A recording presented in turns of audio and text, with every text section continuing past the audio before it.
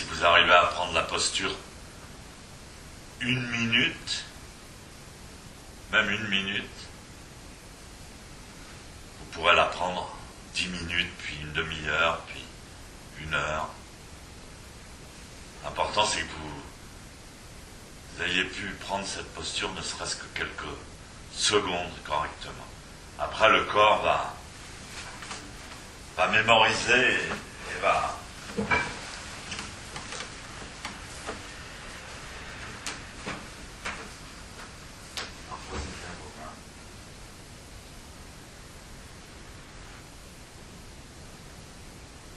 Alors c'est c'est unique, l'enseignement du Zazen, tel qu'il a été transmis par les Bouddhas depuis 2500 ans, c'est unique et d'une simplicité incroyable. Tout consiste dans le fait de prendre la posture du Bouddha. C'est la posture de Bouddha, le Zazen. C'est la posture des Bouddhas.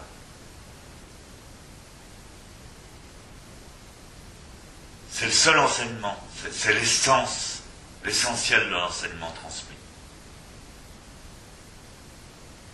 Maître Kodo Sawaki, c'était le maître de mon maître, Deshimaru. Il était très sensible justement à ce fait que je viens de dénoncer, Ça a été le grand choc de sa vie, et il avait décidé de devenir moine. Il était tout jeune.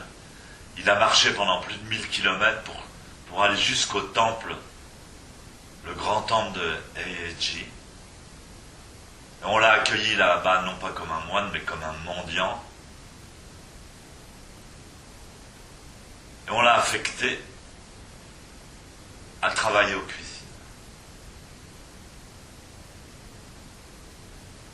Mais il n'était pas moine. Il n'avait pas reçu l'ordination. Il ne pouvait pas rentrer, pratiquer le zazen avec les moines. C'est très strict et très hiérarchisé, le zen au Japon. En tous les cas, ça l'était il y a une centaine d'années.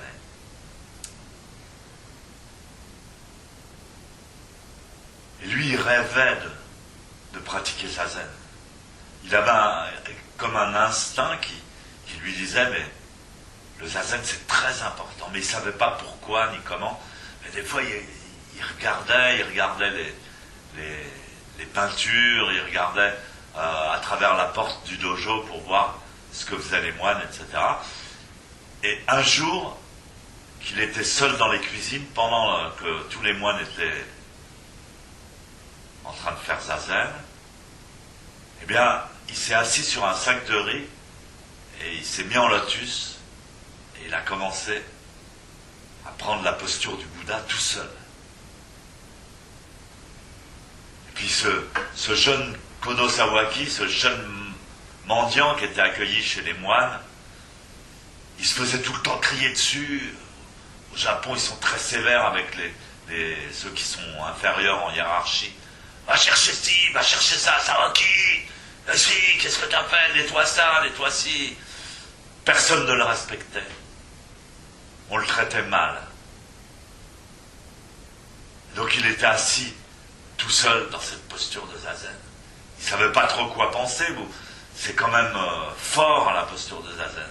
On est fortement sollicité dans son corps. Alors il essayait de faire le mieux possible. Il tendait la nuque, il tendait la colonne. Il faisait du mieux possible pour avoir une jolie posture. Et tout d'un coup, un des supérieurs du temple rentre dans la cuisine par hasard et le surprend assis en zazen. Kodo Sawaki se dit, ça y est, il va me tuer. Et au contraire, le supérieur du temple joint les mains et salue respectueusement Kodo Sawaki. Et là, il a eu le flash de sa vie. il a pris conscience de la valeur, de la puissance, de la majesté de cette posture de Bouddha en soi. Il a compris que c'était la chose la plus précieuse au monde. Alors le processus, on apprend des techniques. Nous, on n'est pas des Bouddhas, on est des êtres humains. D'humbles êtres humains, et on essaye. La technique, c'est d'essayer d'imiter le Bouddha, de singer comme un singe. On essaie d'imiter le Bouddha. Alors on apprend la technique, les genoux comme ci, la tête comme ça, les mains comme ça, les bras comme ça, détendre ci, basculer ci, cambrer, décambrer, tirer. Au début c'est compliqué, il y a plein de points à vérifier. On sent d'autant plus à quel point on a un corps pesant, coincé, pénible à supporter, lourd à trimballer. Et l'effet que ça a, c'est que c'est très désagréable, c'est très douloureux, surtout au milieu, au début, quoi. Surtout au début.